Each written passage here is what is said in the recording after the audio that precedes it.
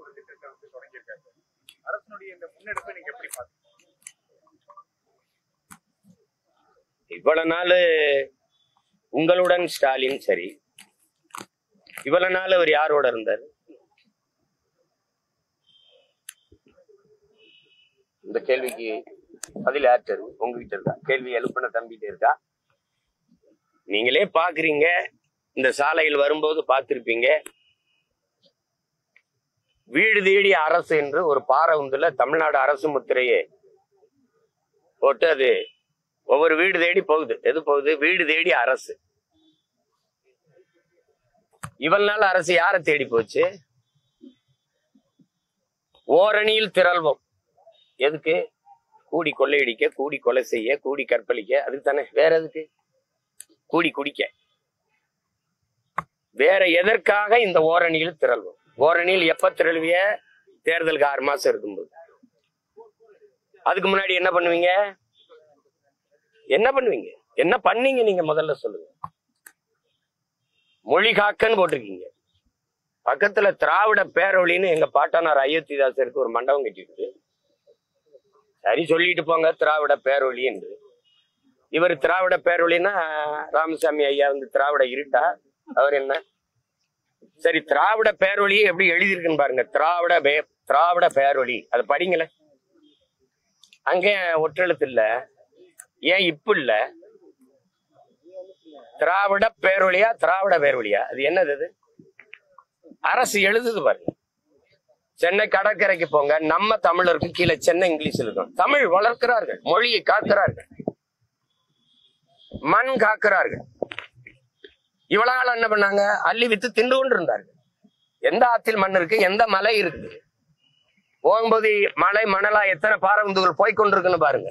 மண்ணை காக்கிறார்கள், மானம் காக்கிறார்கள். மானத்துக்காக உயிரை விட்ட ஒரு இனக்கூட்டத்தை மானங்கட்ட கூட்டமாக மாத்தி நிறுத்தி விட்டுட்டு, இளவரச அரிசிக்கு 500க்கும் 1000க்கும் கையேந்த வச்சுக்கிட்டு, வேட்டி சேலைக்கு இலவச திருமணத்திற்கு ஏங்கி நிக்க வச்சுக்கிட்டு, பிச்சைக்கார கூட்டமா மாத்தி நிறுத்திட்டு, மண் காக்க, மொழி காக்க, மானங்காக்க எப்ப வர்றீங்க? எப்ப வர்றீங்க? வந்து உங்களுக்கு என்ன பிரச்சனை? பிரச்சனையே 60 ஆண்டுகளா நீங்க தான். உங்க அப்பா, இப்ப நீங்க, அடுத்து இப்ப உங்க மகன், நீங்க தான் பிரச்சனை. நாட்டுக்கு பிரச்சனையே என்னன்னு தெரியாம இப்பதான் வந்து பிரச்சனை என்னன்னு 4.5 வருஷம் 4.5 ஆண்டுகள் ஆட்சியில் இருந்துட்டு, இந்த தேர்தல் வரும்போது ஒரு காதல் வரும் பாருங்க. தோண்டப்பட்ட குழிகள் மூடப்படும், சாலைகள் போடப்படும், எல்லாம் நடக்கும். விளக்குகள் மின்சாரம் அணையாமல் கொடுக்கப்படும். இதுதான் என் உடன் பிறந்தார்களே தேர்தல் அரசியல், கட்சி அரசு.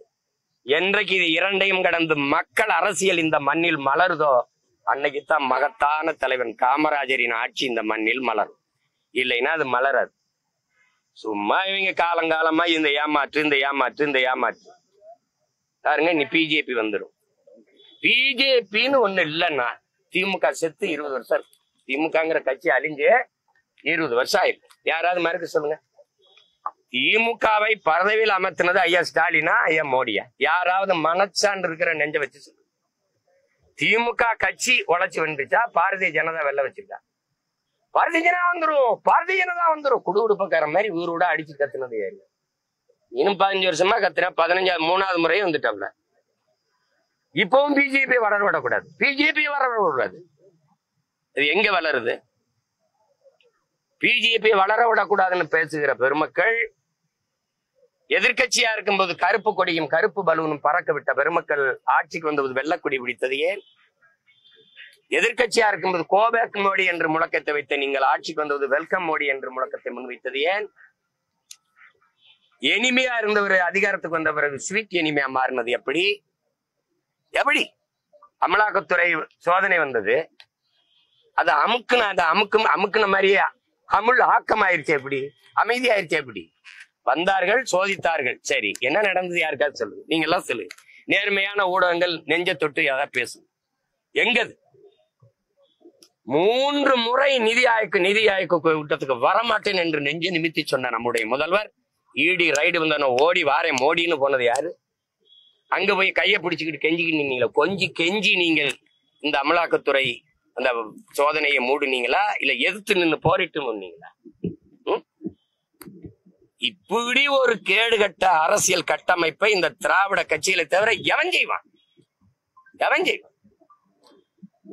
இந்த நாட்டுல எல்லாம் பெண்ணிய உரிமை பேசும், எல்லாம் பேசும். எனக்கு எதிராக மாதர் சங்கம் எல்லாம் போய் மண்டிட்டு மனு கொடுக்கும், முறையிடும், எழுத்து போராடு, எல்லாம் பண்ணும். இந்த ரிதன்யான்னு ஒரு தங்க வரதட்சணை கொடுமை, பாலியல் துன்புறுத்தல்ல தற்கொலை பண்ணி சேர்த்திருக்காரு. வாழ வேண்டிய ஒரு மலர், ஒரு பூ. ஒருத்தர் பேசல. ஒரு அரசியல் இயக்கம், முற்போக்கு, பெண்ணிய உரிமை பேசின பெருமக்கள், பெரியாரின் பெரும் தொண்டர்கள், பெண்களுக்கு எல்லா உரிமையும் பெற்றுக் கொடுத்தவர்கள், வரதட்சணை வாங்கி துன்புறுத்தி ஒரு பெண்ணை, வாழ வேண்டும் என்று கனவோடு போன ஒரு பெண்ணை, அந்த வீட்டு பெண், உங்க வீட்டுல பெண் இல்லையா? உங்களுக்கு உடன் பிறந்தவர் இல்லையா? உன்னை பெற்றவள் தாய் இல்லையா? பெண் இல்லையா? அவள் என்ன மனநிலை இருந்தாலும் 60 நாள்ல தன் உயிரை மாய்த்து இறந்திருப்பாள். அந்த மனநிலை அவ தெரிஞ்சிருச்சு. எத்தனை பெண்கள் இப்படி வீட்டுக்குள்ள வதங்கி வாடி வெளியில சொல்ல முடியாம தவிச்சு போய் நிக்கிறாங்க. இதுக்கு என்ன நடவடிக்கை எடுத்திருக்கு அரசு? என்ன நடவடிக்கை எடுத்திருக்கு? அதுக்காக பேசிய மாதர் சங்கங்கள், மகளிர் அமைப்புகள், மனித உரிமை ஆர்வலர்கள், முற்போக்கு சிந்தனையாளர்கள், எழுத்தாளர்கள், பெண்ணியவாதிகள் எங்க படுத்திருக்கிறீங்க? கொக்கைன் கஞ்சாதும் போட்டு படுத்திட்டீங்களா என்ன? இல்ல டாஸ்மார்க்ல சரக்கு வாங்கி எக்ஸ் படுத்திட்டீங்களா? என்ன உங்க பிரச்சனை? தேவைன்னா வாய் திறப்பிய, தேவையில்லைன்னா வாய் திறக்க மாட்டீங்க. மனித உரிமை ஆர்வலர்கள்லாம் எங்க? எதிர்கட்சியா இருக்கும்போது ஜெயராஜ் பெனிக்ஸுக்கு ஏறி குளித்த நீங்கள் தம்பி அஜித்குமார் மரணத்துக்கு அமைதியா படுத்தது என்ன? வாய்க்குள்ள செவிக்கால போட்டு ஓட்டிக்கிட்டு படுத்தது என்ன? ஏன் எல்லாம் தொடச்செறிகிற காலம் வரும். என் தாத்தனுக்கு நான் மரியாதை இருந்த கதை போட்டு யோசிக்க போயவன் எவன் இந்த கதவை போட்டுனவன் கேட்டா மேலிட உத்தரவு. யாரா அந்த மேலிடம்? எவன்டா அந்த மேலிடம்? எவன் மேலிடம்? காமராஜுக்கு இங்க இருக்கிற கூட்டத்துக்கும் சம்பந்தம் இருக்கு. கதவை போட்டுறான்னு சொன்ன மேலிடத்துக்கு அவருக்கு என்னடா சம்பந்தம் இருக்கு? யாரா நீ? அந்த கதை வழி வந்து எனக்கு வணக்கம் செலுத்த வைக்கிற நிலைமைக்கு கொண்டு வந்தவன் யாரு? யாரு? இந்த திராவிடங்க எப்படி ஆட்சி செய்வாங்க பாரு. தீரன் சின்னமலையா 2 கவுண்டர் அமைச்சர் அனுப்புறேன். தெய்வ திருமகன் தாத்தா முத்துராமலிங்க தேவருக்கா 2 தேவர் அமைச்சர் அனுப்புறேன். இமானுவேல் சேரனுக்கா தேவேந்திர 2 தலைவர் அனுப்புறேன். அழகுமுத்து போன் நம்ம பாட்டனுக்கா 2 போனாரில் 2 பேர் அனுப்புறேன். தாத்தா காமராஜருக்கா எவனாவது 2 பேர் இந்த நாடார்ல இருந்தானா அனுப்புறேன். ஆனா அவங்க அப்பையும் சமாதிக்கு மொத்த பேரையும் கூட்டிட்டு போறது. இதாண்டா திராவிடம். இதான் திராவிடம். இந்த மண்ணின் தலைவர்களை, எங்க முன்னோர்களை, எங்கள் அடையாளங்களை சாதியாக பிளந்து கூறுதள்ளி விட்டுட்டு எங்க தாத்தா காகிதம் இல்லத்தா அங்க 2 இஸ்லாமிய பெரியவர்களை தலைவர்களை அனுப்புறது. ஆனா இவங்க சமாதிக்கு எல்லாரும் போகணும். எல்லாரும் போய் கூடி கும்மி அடிக்கணும், வணங்கணும். உங்களை எல்லாம் உங்களை ஒழிக்கிறதுக்கான காலம் வருது. என்ன ரொம்ப நாளா இருக்குது? 6 மாசம் தானே. ஆடி பாத்துருவோம். ஆடி பாத்துருவோம். யாரு ஆட்டம் சிறப்பா இருக்குன்னு ஒரு தடவை பாத்துருவோம். தாத்தா அவன் புகழை போட்டுற நாள்ல இருந்து சொல்றவன் பிறந்த நாள்ல இருந்து பாப்போம்.